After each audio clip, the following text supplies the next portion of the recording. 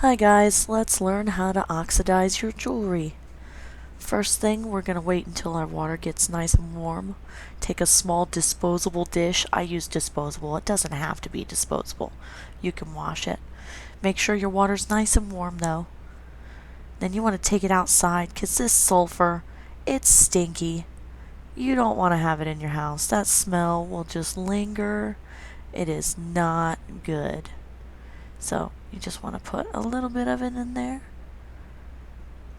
And then we're going to swirl it around. Swirl it around, make sure it all gets mixed up nicely. All evenly and perfect. Make sure it's dissolved. Your water will change to a yellow, darker yellow, greenish color. You don't have to use a lot, just use like a dime-sized drop. That'll do plenty of your jewelry every time. And this is what we're going to change today. I got a couple of rings and a pendant. This is what I use. It's a liver of sulfur extended life XL gel.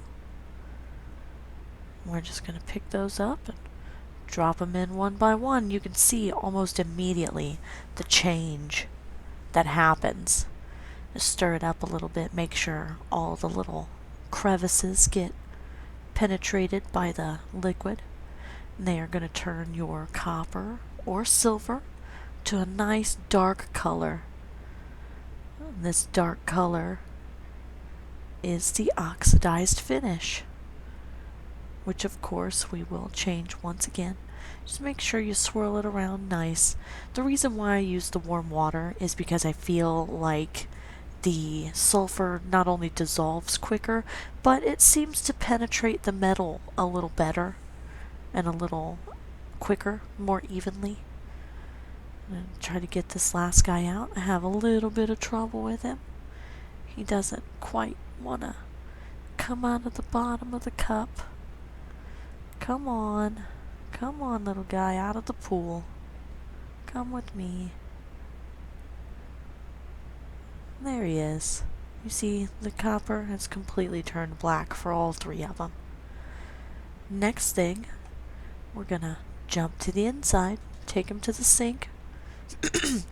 I like to lay mine out on a piece of paper towel next to me. I use some quadruple zero superfine steel wool. Take just a small bit off of it, just rip a corner. You don't have to have much, just enough to wad up and use.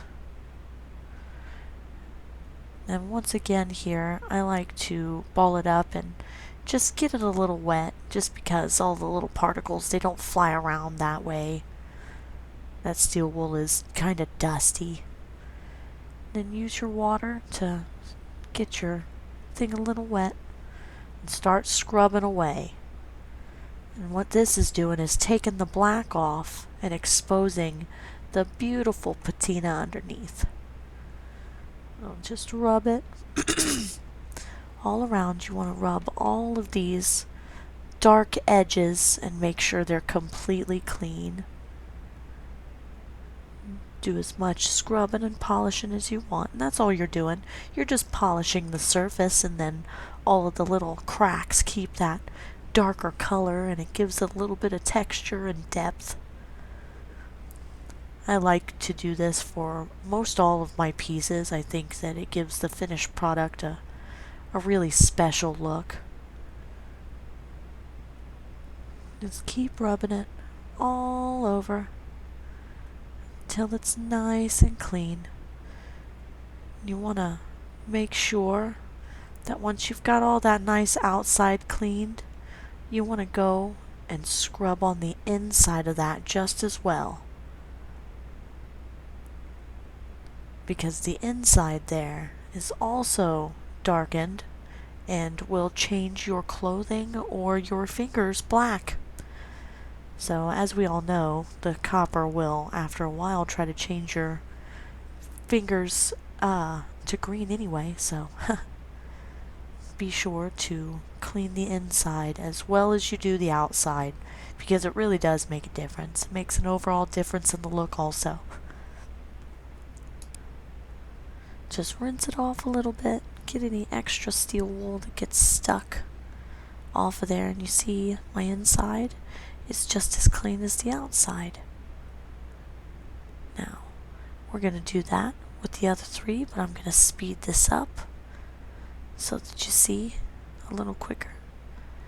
And it's the same for all pieces. This is the pendant, the clear blue smoke quartz.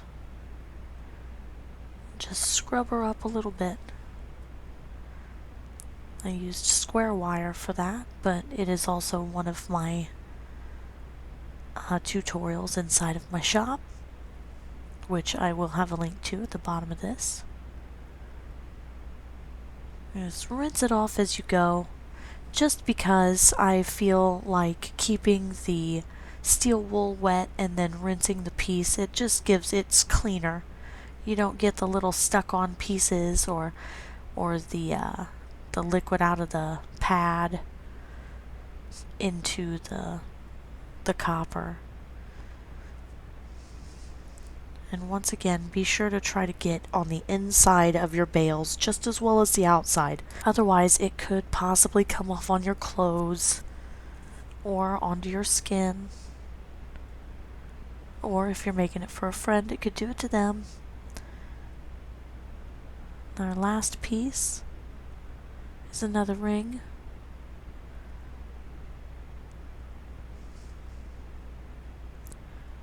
You make sure that you get all your detailed pieces polished up real nice. And this oxidizing really does make a huge difference, especially if you're taking product photography. If you have to take photos of your products, your jewelry that you're making, it really makes a huge difference. Beautiful pieces.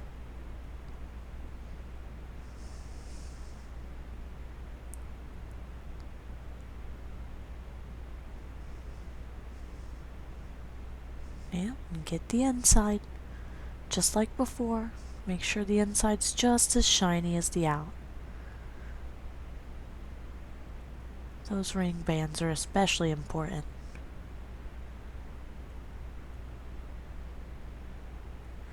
And it doesn't take long usually. I mean, I think I cleaned all three of these up in less than 10 minutes. Maybe about 6 minutes. It doesn't take long at all.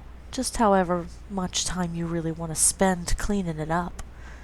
I don't like to clean mine too awful much, because then, you know, it's kinda, I think it defeats the purpose of oxidizing it anyway. There, she's almost finished.